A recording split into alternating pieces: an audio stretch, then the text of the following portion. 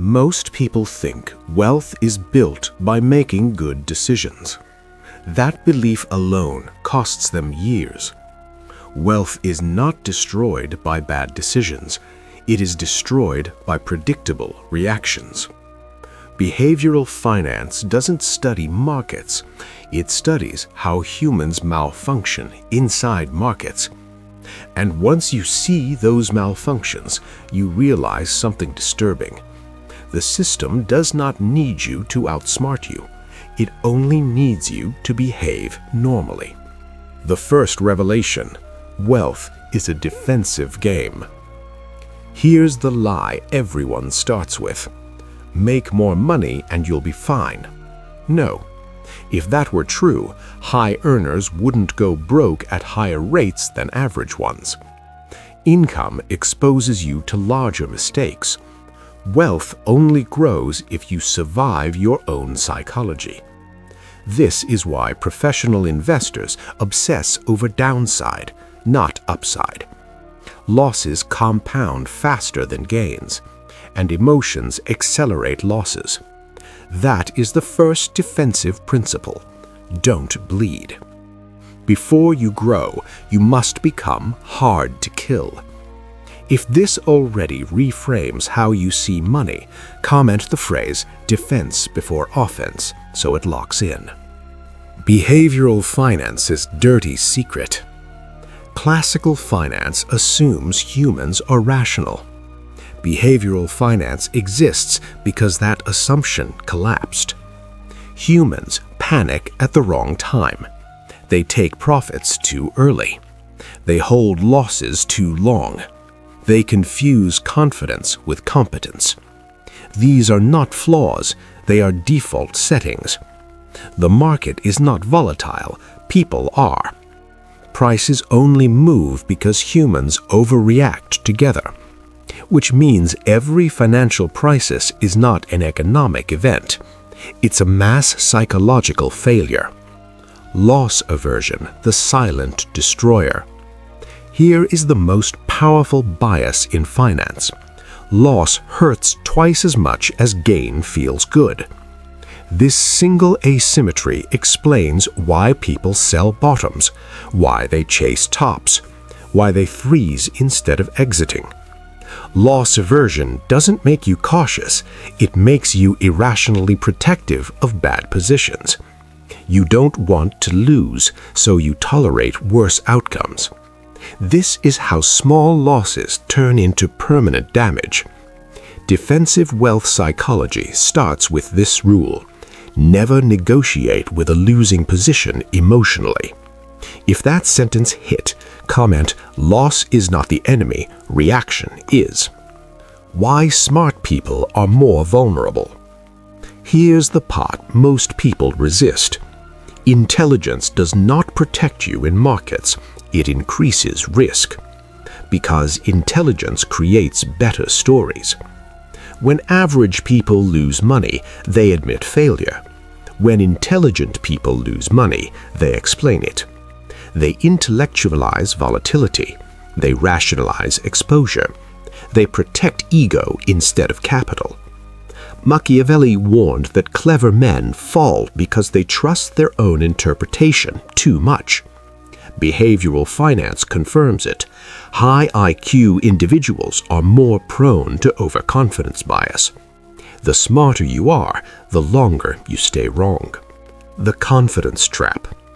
Confidence feels like control. It isn't. Confidence reduces error detection. The more certain you feel, the less feedback you accept. This is why the most dangerous moment in wealth building is early success. Early wins don't teach skill, they teach false causality. You start believing, "I'm good at this. I see patterns others miss. I can time exits." The market loves this phase because it's when position sizes increase and caution disappears. If you've ever thought, "I finally figured it out," comment, "confidence is expensive." Stoicism and capital preservation. Stoicism is misunderstood as emotional suppression. It isn't. It's emotional sovereignty. A Stoic does not eliminate emotion. They refuse to let emotion vote. Marcus Aurelius didn't say events don't matter. He said judgment determines damage. In finance, this means no impulsive exits, no euphoric entries, no identity attachment to outcomes. Your portfolio is not you. The moment it becomes you, objectivity dies. The first defensive rule. Here is rule 1 of defensive wealth psychology. If a decision feels urgent, it's already compromised. Urgency is not information, it's pressure. Pressure narrows cognition. Narrow cognition increases error. Markets create urgency artificially.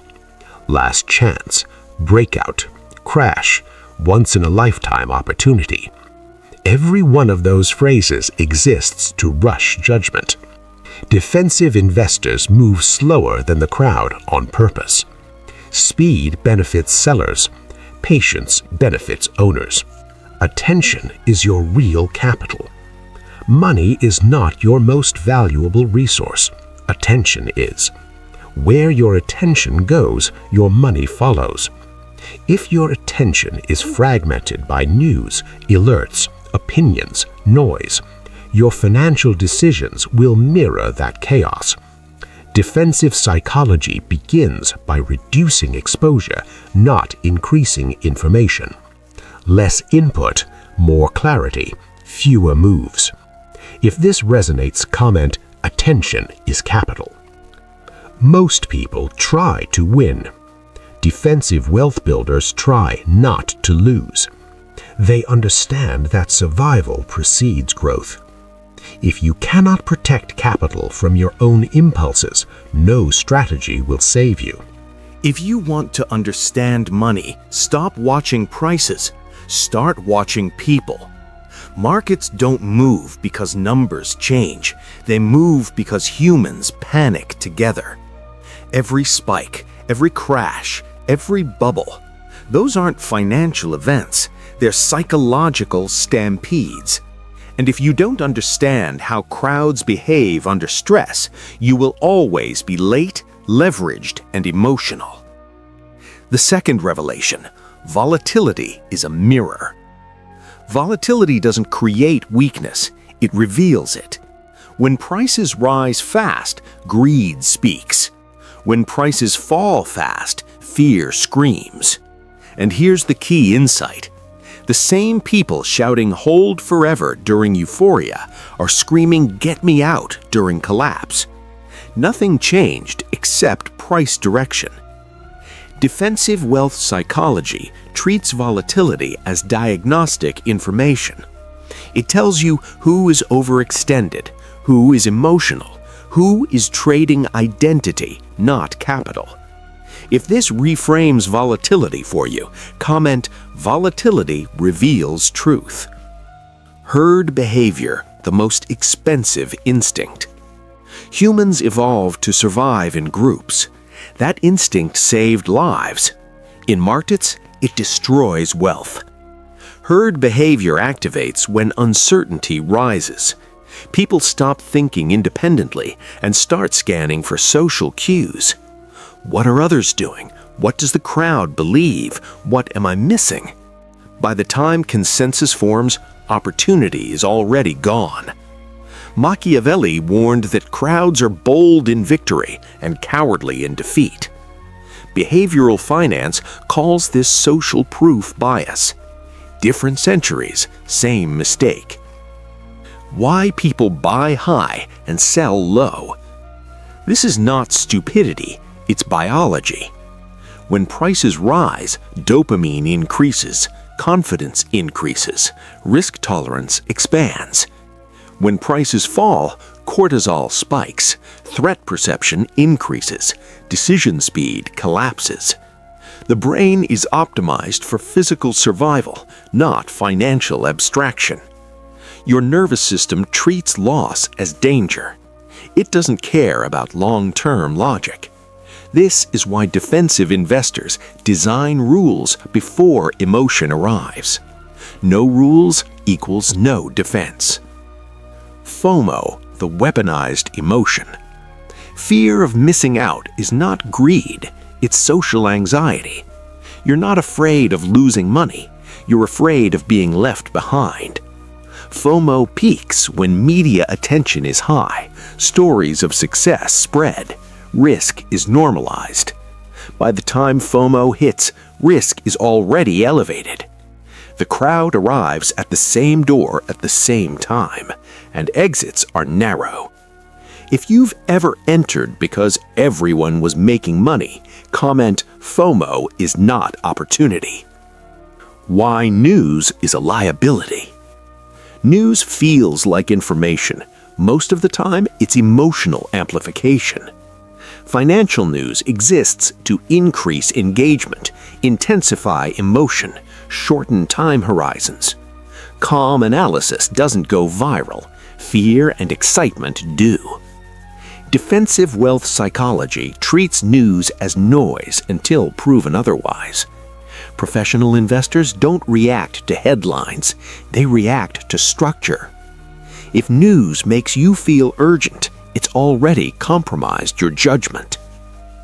The rotation of emotions. Markets don't move randomly, they rotate through predictable emotional cycles. Optimism to excitement to euphoria. Denial to anxiety to panic. Despair to apathy to stability. Most people enter at excitement. Most people exit at panic. Defensive investors position during apathy and reduce exposure during euphoria. Not because they're brave, because they are emotionally prepared. Timing is not prediction, it's psychological alignment. Stoic detachment in practice. Stoicism doesn't tell you to ignore reality, it tells you to separate signal from sensation. A Stoic investor asks, has the underlying value changed, or did emotion change? If only emotion changed, action is unnecessary. Most people feel compelled to act because doing nothing feels irresponsible. In reality, overreaction is the true irresponsibility. If this hits, comment, no reaction is a strategy. Why activity feels productive and isn't. Movement creates the illusion of control. Checking prices, adjusting positions, tweaking allocations, none of that guarantees improvement. In fact, excessive activity correlates with lower returns. Behavioral finance shows the more frequently people trade, the worse they perform. Defensive wealth builders understand stillness is not passivity, it's selectivity. They act rarely, but decisively. The second defensive rule.